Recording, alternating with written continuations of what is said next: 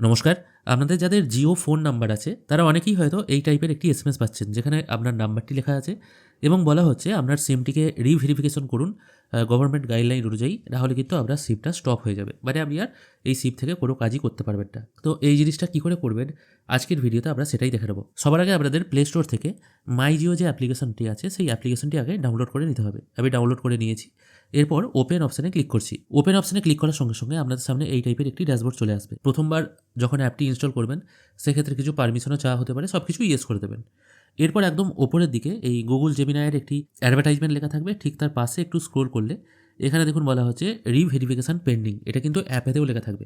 তবে যাদের এখনও পর্যন্ত এরকম কোনো এসএমএস আসেনি তাদের কিন্তু রিভেরিফিকেশন না করলেও চলবে। আমি রিভেরিফাই নাও এই অপশনটার উপর একবার ক্লিক করব। এখানে ক্লিক করার পর এই টাইপের কিছু গভর্নমেন্ট গাইডলাইন বাদবাকি কিছু কিছু জিনিস এখানে লেখা থাকবে। জাস্ট পেজটিকে একটু স্ক্রোল করে নিচের দিকে চলে আসবেন। এগুলো সম্ভব হলে একবার পড়ে নিতেও পারেন, না হলে পড়ার দরকার নেই। সরাসরি একদম নিচের দিকে এসে প্রসিড অপশানে ক্লিক করবেন। প্রসিড অপশানে ক্লিক করার সঙ্গে সঙ্গে সিমটি যার নামে নেওয়া, যদি আপনার নামে হয় আপনার নামটি এখানে শো হবে, আপনার আধার নাম্বারের শেষ 4টি সংখ্যা এখানে শো হবে। এগুলো মোটামুটি সব কিছু ফিল আপ হয়েই থাকবে, এগুলো আপনি কিছু চেঞ্জ করতে পারবেন না। নিচে আই এগ্রির পাশে একটি অপশান আছে, এখানে টিক মার্ক দিয়ে জেনারেট ওটিপি অপশানে ক্লিক করবেন। তাহলে আপনার আধার রেজিস্টার ফোনে একটি ওটিপি চলে আসবে। এবার কিছুক্ষণ ওয়েট করবেন, ওটিপি অটোমেটিকই আসবে। দেখুন আমার ফোনে ওটিপি চলে এসছে। আমি ওটিপিটি এখানে ফিল করে দিচ্ছি। আমি এটা ফিল করে দিয়ে তারপর ভেরিফাই অপশানে ক্লিক করছি।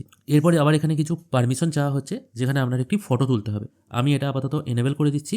তারপর ওপেন ক্যামেরা এই অপশানটায় ক্লিক করব। আর এখানে দেখুন যেটা বলা হয়েছে, এমন একটা রুমে আপনি ছবি তুলবেন যেন ব্যাকগ্রাউন্ডটা প্লেন হয়, ফেসে যেন ভালোভাবে আলো পড়ে এবং ক্যামেরার সোজাসুজি আপনাকে চোখটা রাখতে হবে। আর অবশ্যই ছবিটা যেন রিয়েল ইমেজ হয়, মানে লাইভ ইমেজটা যেন হয়। হয়তো আপনার কাছে কোনো ছবি আছে, সেই ছবি থেকে আপনি ফটো ক্যাপচার করছেন, তাহলে কিন্তু হবে না।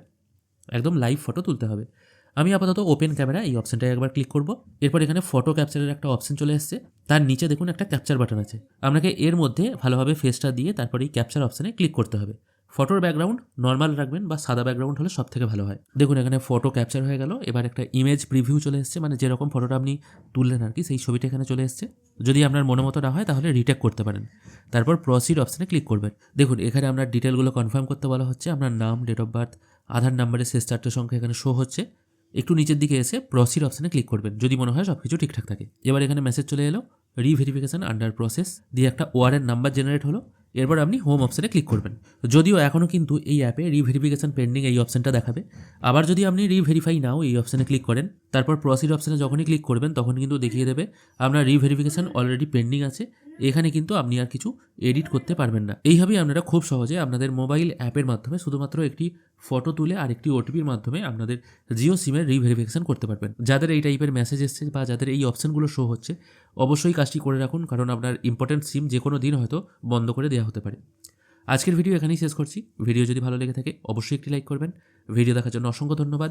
হ্যাপি নিউ ইয়ার, সবাই ভালো থাকবেন।